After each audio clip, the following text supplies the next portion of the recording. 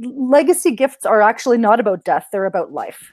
And they're about the person's life. And when a donor has taken the step to remember you in their will, they care about you so much that you're part of their life story. You're part of the story. You're part of what they want to be remembered for being on this planet for. So as an organization, you have this beautiful privilege of helping this person tell part of the story of their life through you. Do you ever consider interviewing dead people? Like if you got Whoopi Goldberg and she was able to communicate with Patrick Swayze, would you be into that kind of interview? That's a great new idea, and I would definitely encourage you to explore that, Simon. You're listening to Simon Scriver's amazingly ultimate fundraising superstar podcast, talking all things fundraising, charities, nonprofits, and more.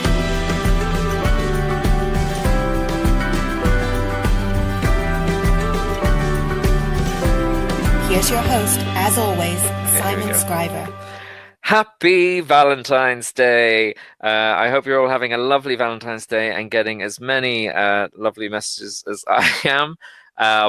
But on Valentine's Day, what we all need is a little love. And so my guest on this podcast today is the one and only Jen Love. Hello, Jen. How are you? Hello, Simon. I'm wonderful. Thank you.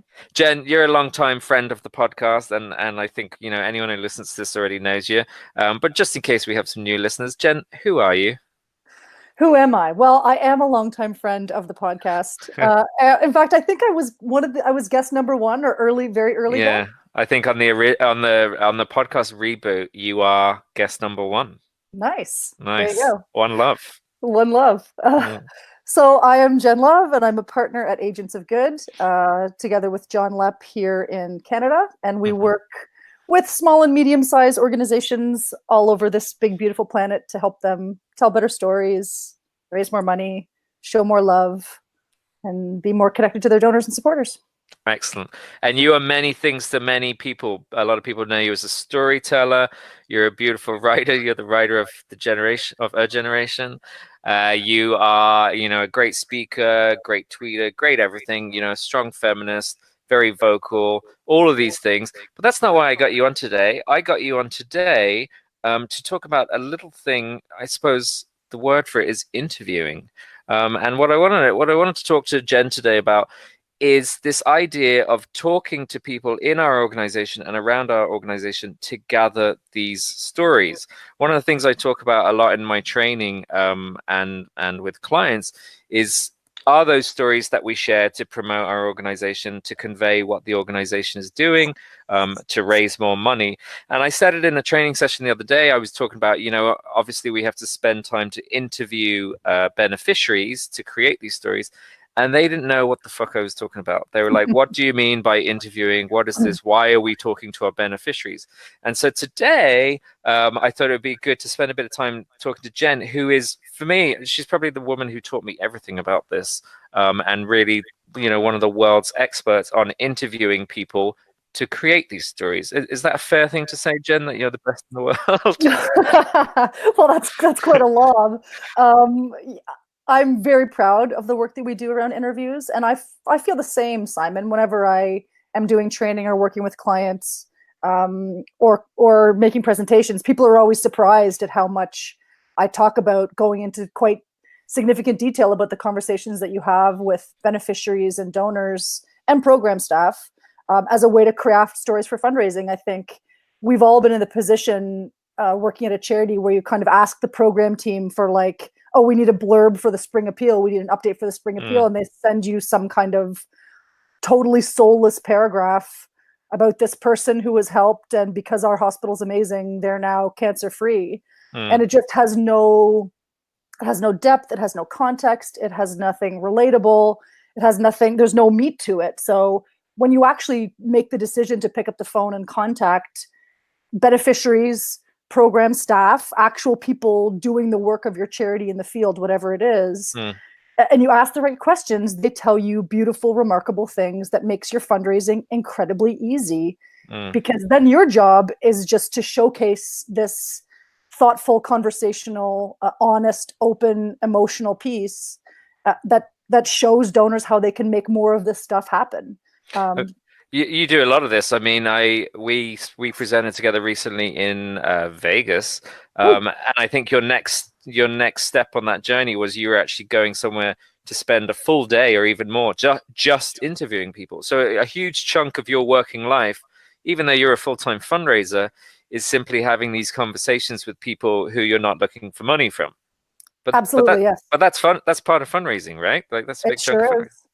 Well, for two reasons. One, interviewing. So let's talk about the two types of interviews, and we can go back and forth on this however you want to organize it. But when it's not organized. Just to okay, be clear. Yeah, this is not organized. So interviewing donors is a huge source of fundraising stories, because if you interview donors and ask them why they give to the charity that you're working for, they'll tell you honest, beautiful, wonderful things about how the charity makes them feel, how they see the impact of their giving, and how they know they're making a difference.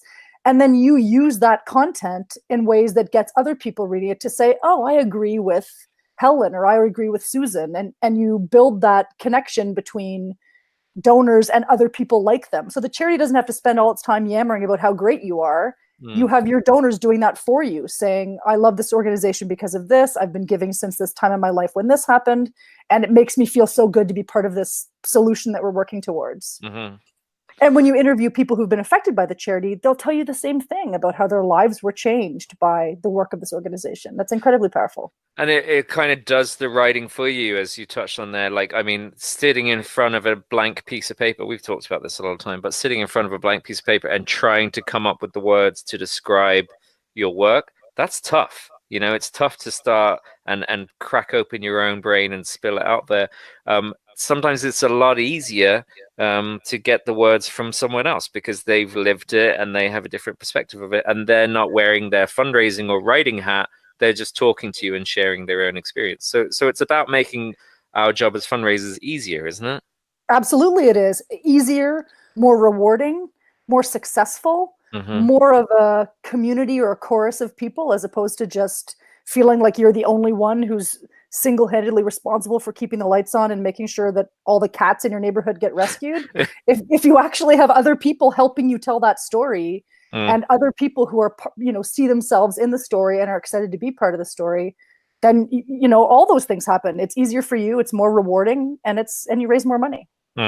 So maybe part of the reason people struggle with us talking about this is almost the word interview. Yeah, because I mean, does interview make it sound a bit lofty, that it's like an interrogation or reporting?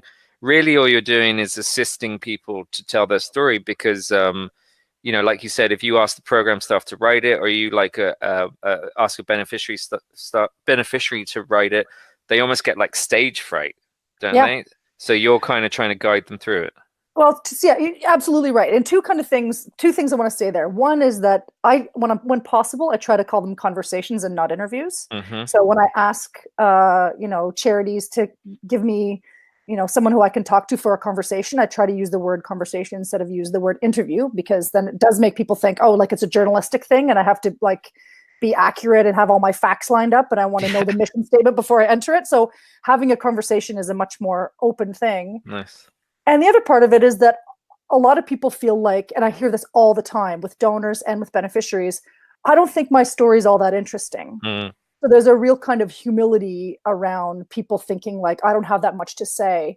And so one of the things I always say to that is that, by telling us your story, you're going to help us further this mission, and you'll help us, heal more sick children, or teach more kids to read, or save more sapsuckers. So don't think of this as you needing to be a brilliant genius. Just think of it as another way for you to help this organization that matters to you.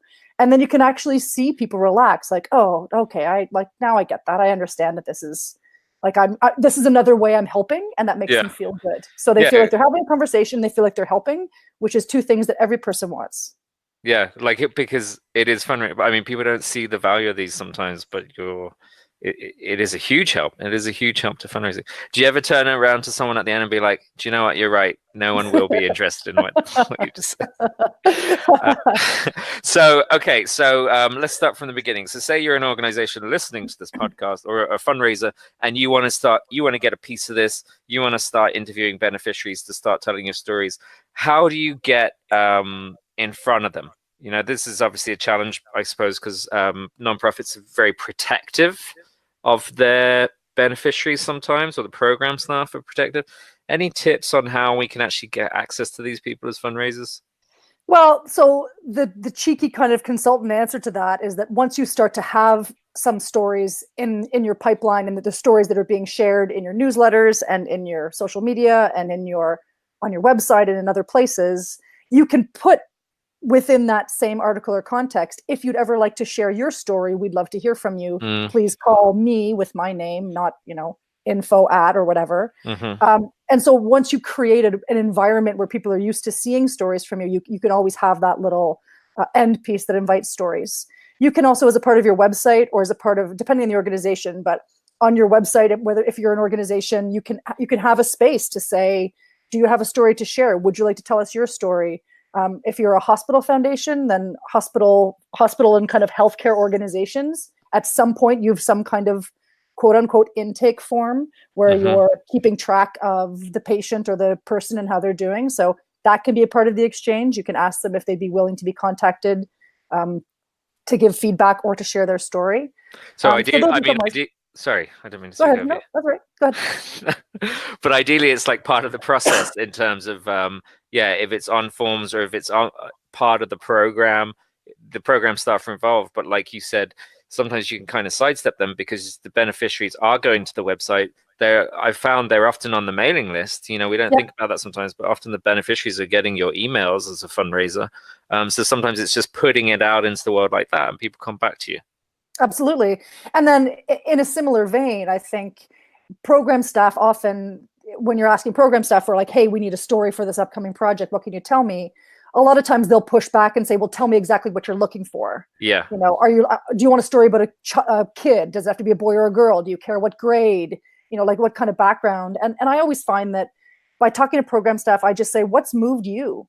Like what's been happening around here lately that made you feel proud, or that made you feel emotional, or that made you feel connected to this work? Like it doesn't, I'd rather take a great story and turn it into the right kind of fundraising offer by using the fundraising part of my brain, as opposed to crafting the perfect donor profile and then having the program staff squirrel away and find this unicorn person, and it takes them, forever and is a difficult process. So program staff, when you actually talk to program staff about, tell me something that has been important and meaningful recently that you think our donors would like to hear about, I'm always amazed at how much program staff have to say, whether they're environmental organizations, social justice organizations, health organizations. The program staff are very in tune with what's going on, and they can guide you in really great ways, I find. Of course, they know it. And if you have them on side, then they're going to be, they're a great vessel for actually sharing this stuff with you or pointing you in the right direction.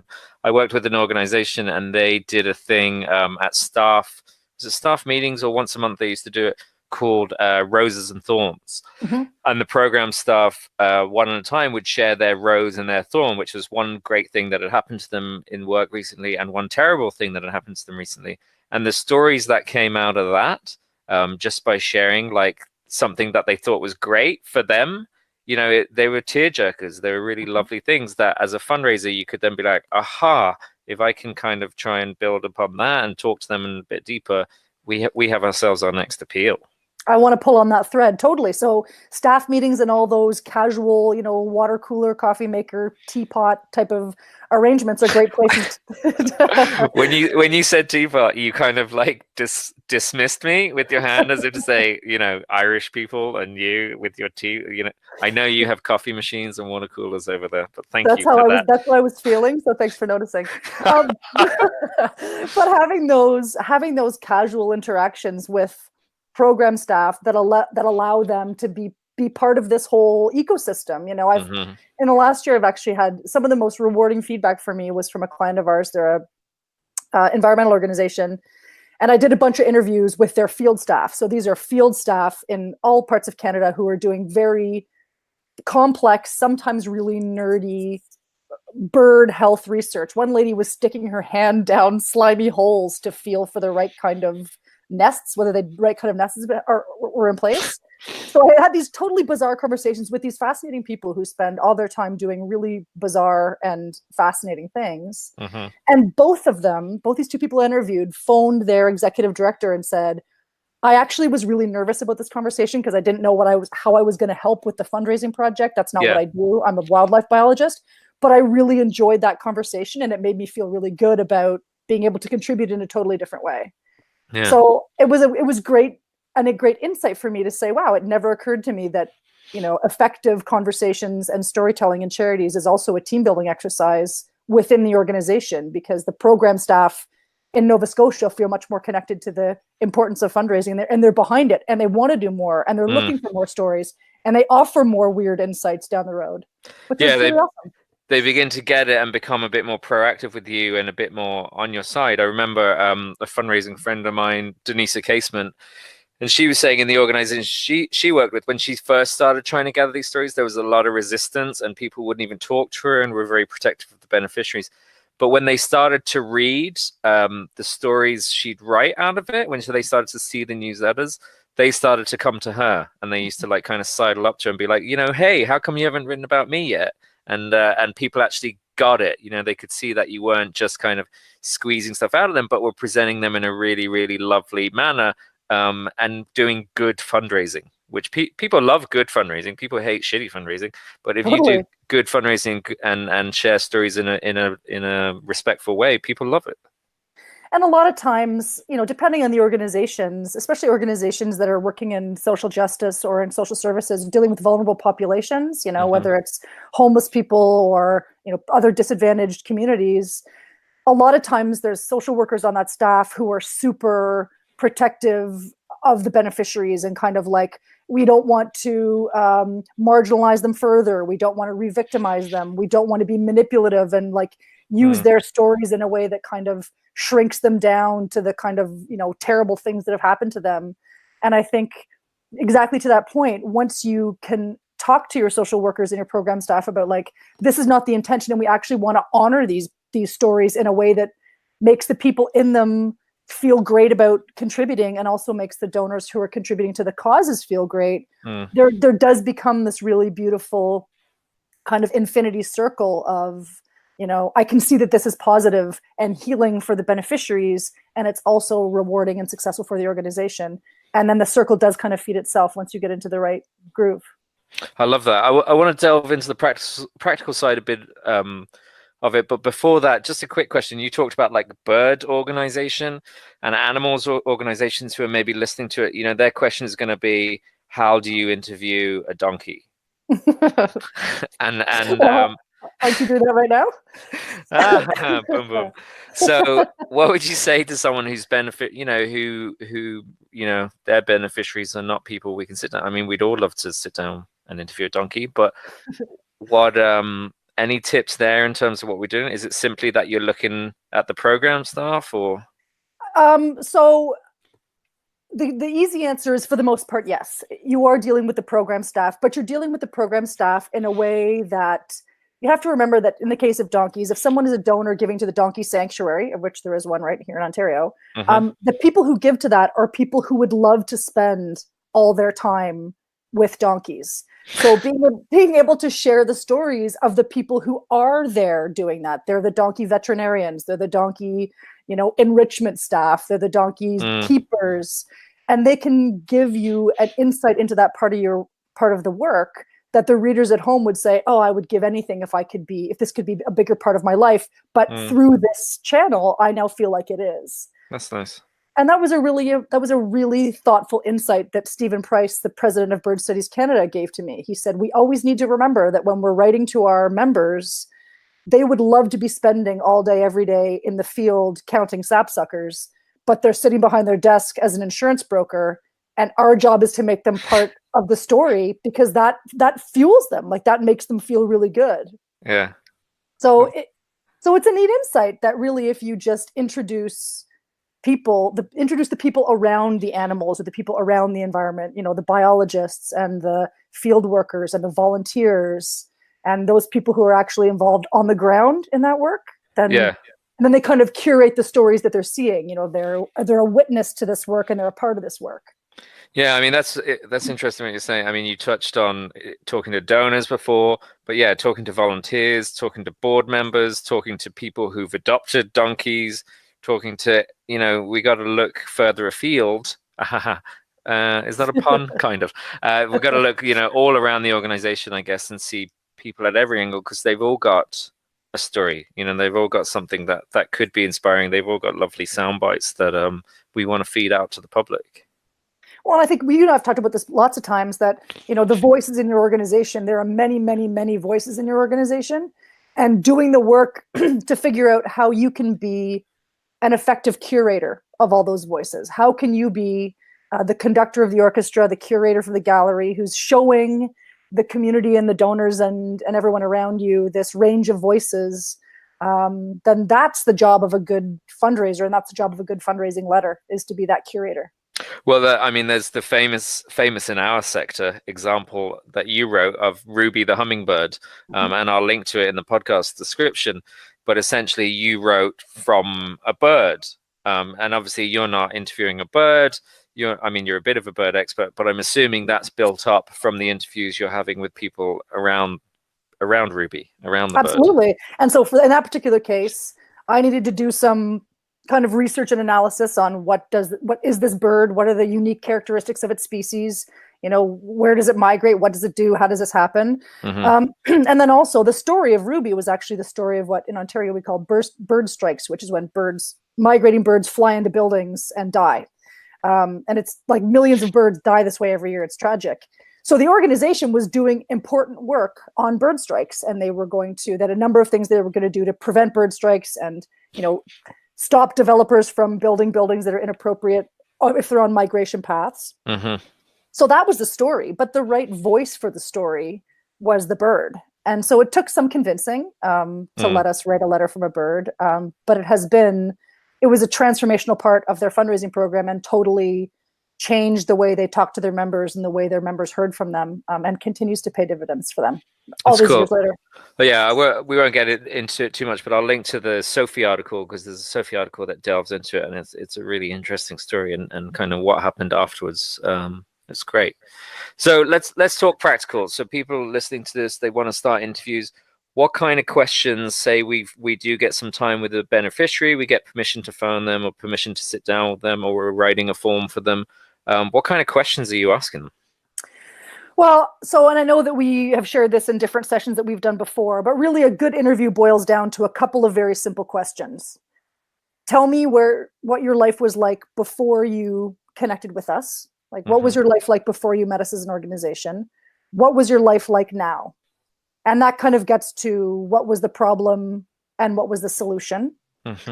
I always ask questions to get people to think about a particular moment or a particular person that helped them. So tell me about the night you were rushed to the hospital with your child. Tell me everything you remember about that. Like, paint a picture for me of everything you remember about that evening, what was happening before that, what you were wearing, where you were, what the weather was like, to get people really reimagining the whole experience.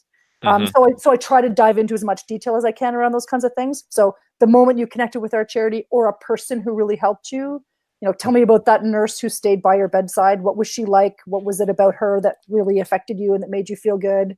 That type of stuff. And then the other question I always ask is, what would you say to people who support our organization?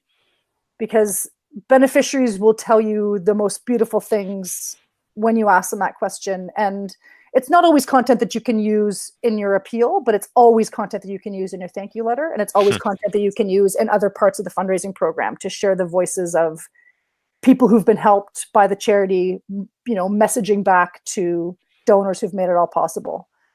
So, I mean, a really good interview does boil down to those simple questions around a problem and a solution, a person who really helped you, and what you'd say to supporters of our cause. You can dive deep into a lot of those questions depending on where the conversation goes, and go down a bunch of different, take a bunch of different angles and a bunch of different approaches. But a great interview really does boil down to that simple of a conversation. An interview with beneficiaries, of course. Yeah, I mean, it's key that you're listening and kind of delving into any bits that you see any kind of tangents, that they're allowed to go down those tangents, because you don't know what kind of gold is going to come out of that.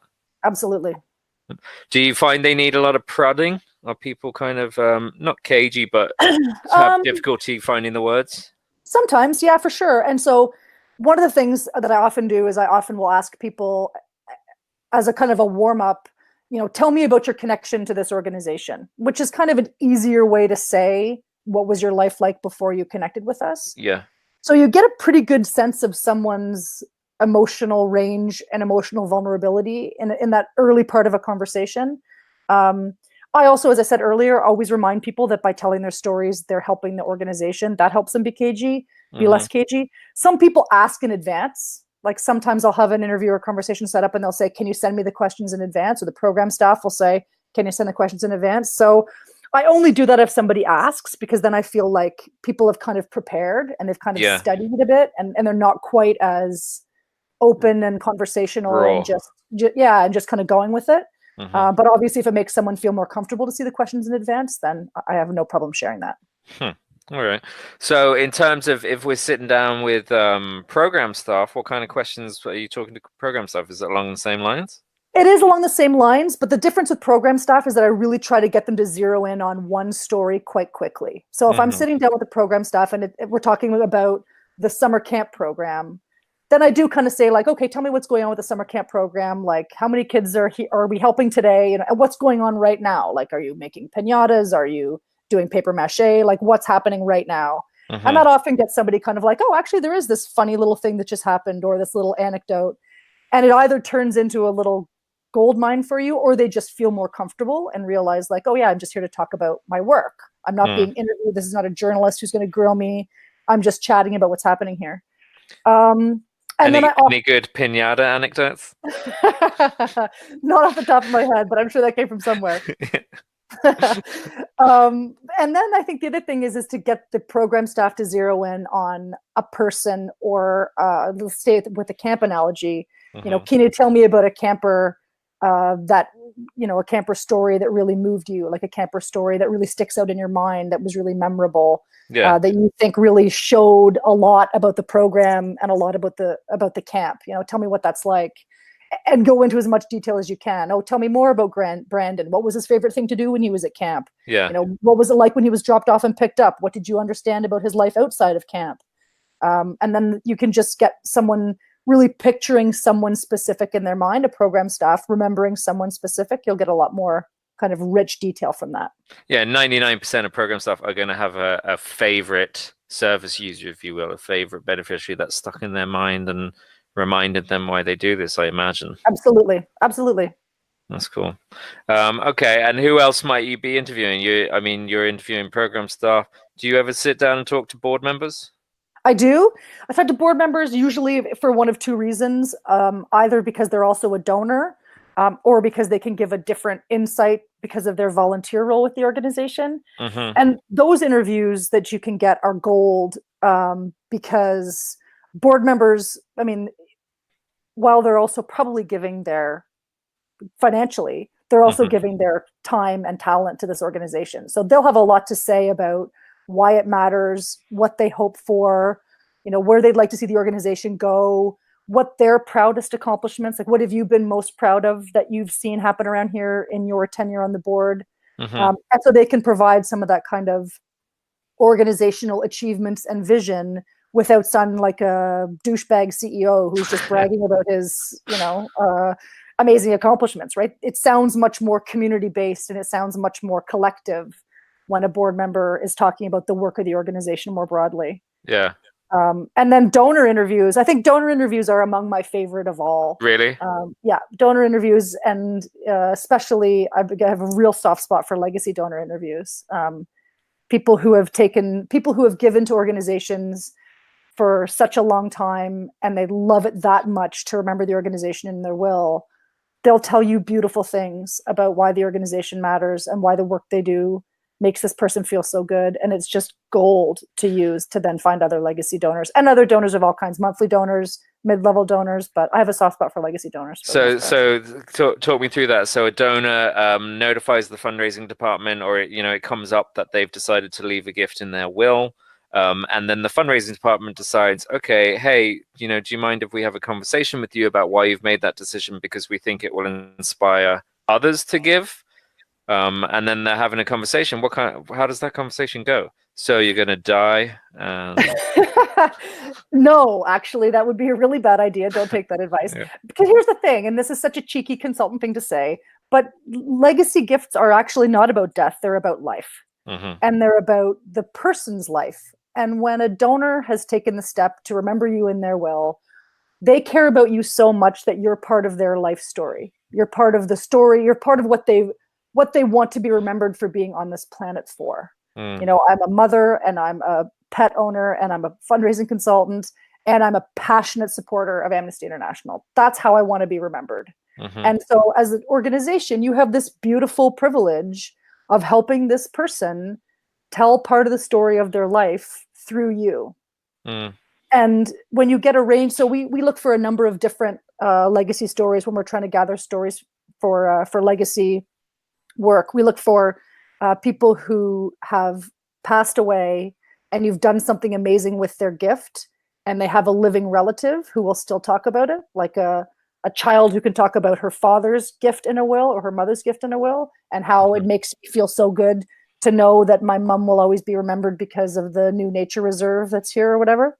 And then we look for stories of people who are still alive, who've made the decision to leave an organization in their will, and then asking them about, tell me about, why did you first start giving to this organization, however many years ago it was? Yeah. What was that like at the time? What do you remember most about your experience in those early years as a donor that made you such a passionate, committed, long-term, loyal donor? Wow. And then tell me about the decision to leave this organization in their will. Why was that? Why did you do that, and how'd that come about? And you can get at so much content there, because one of the things we know about legacy fundraising is people are afraid to talk to their kids. Like, they're worried about what are my kids going to say when I tell them that I've left this organization in my will. Wow. And 99.9% of the time, the kids are delighted, and they say, "Oh, wow, Mom, I'm so glad you told me, and I'm really proud of you, and thanks for doing that." Wow. So then other readers are like, "Wow, I'd love to have that conversation with my children. That seems like a really thoughtful, emotional, beautiful conversation." So there's so much gold in good legacy fundraising interviews.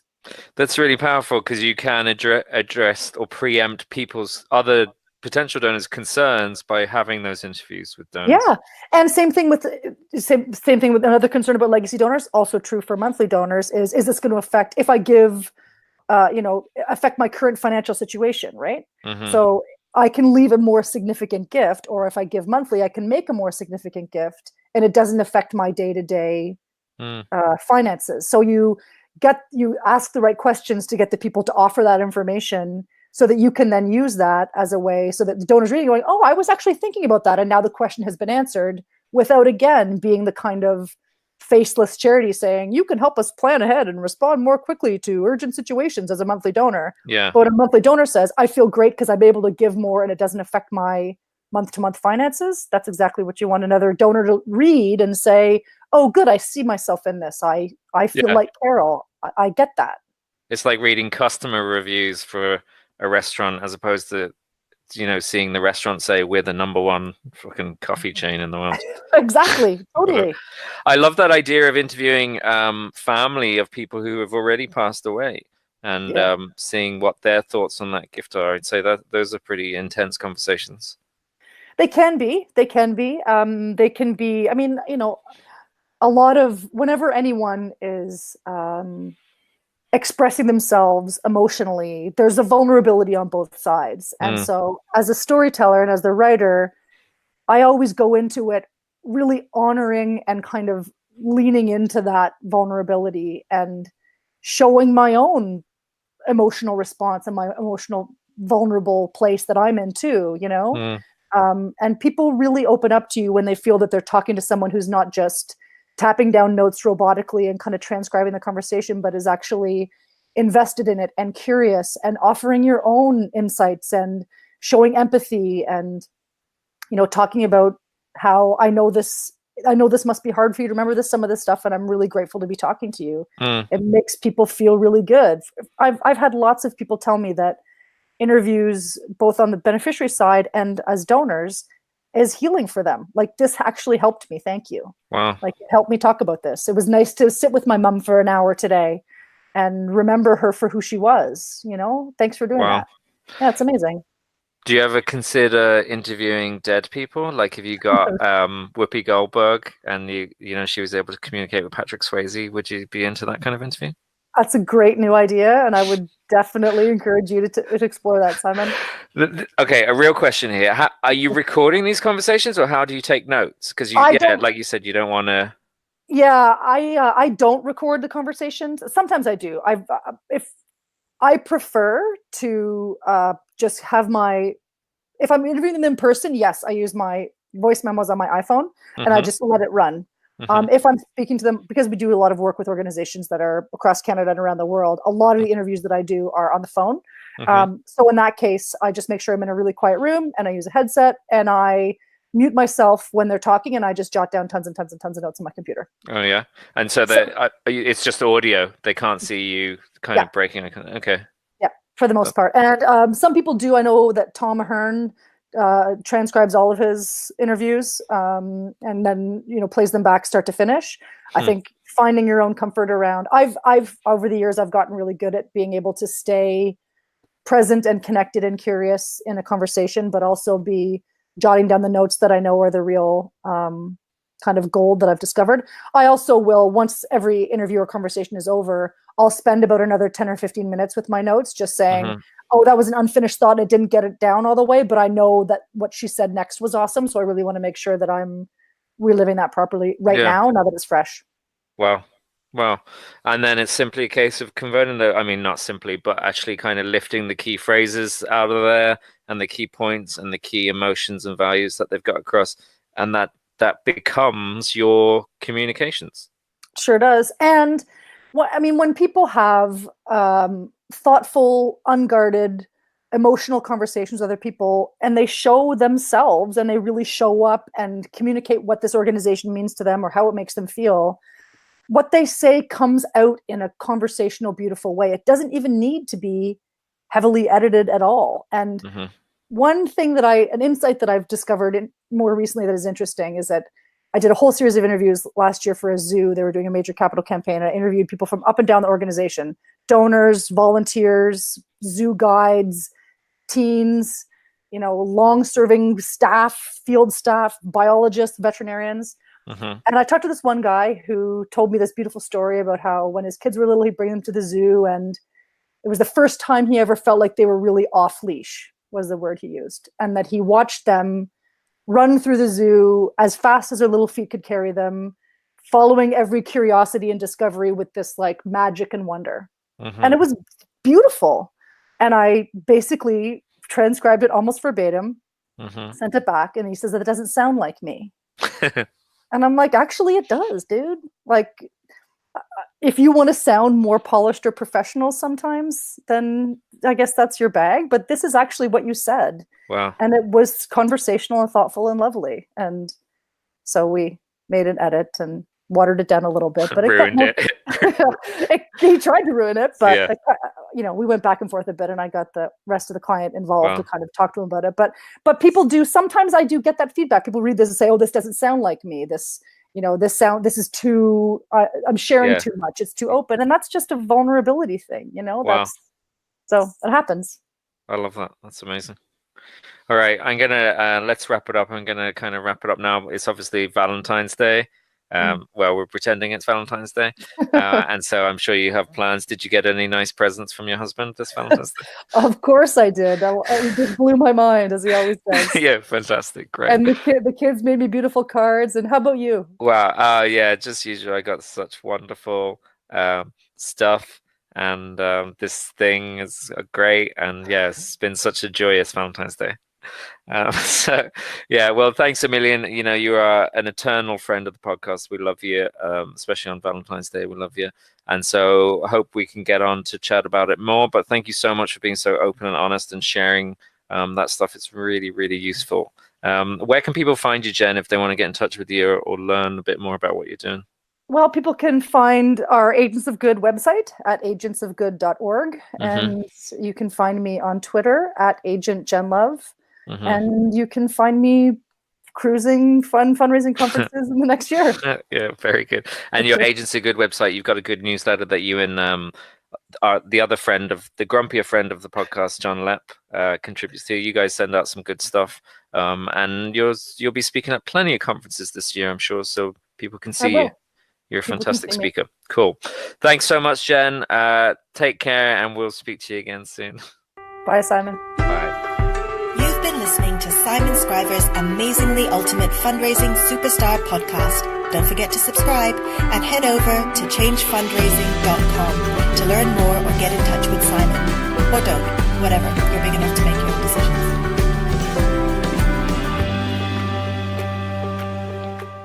Hello, this is Morgan Freeman. For discounts on Simon's best-selling online fundraising courses, go to www.changefundraising.com/training and use coupon code podcast. Complete them in your own time, wherever you want.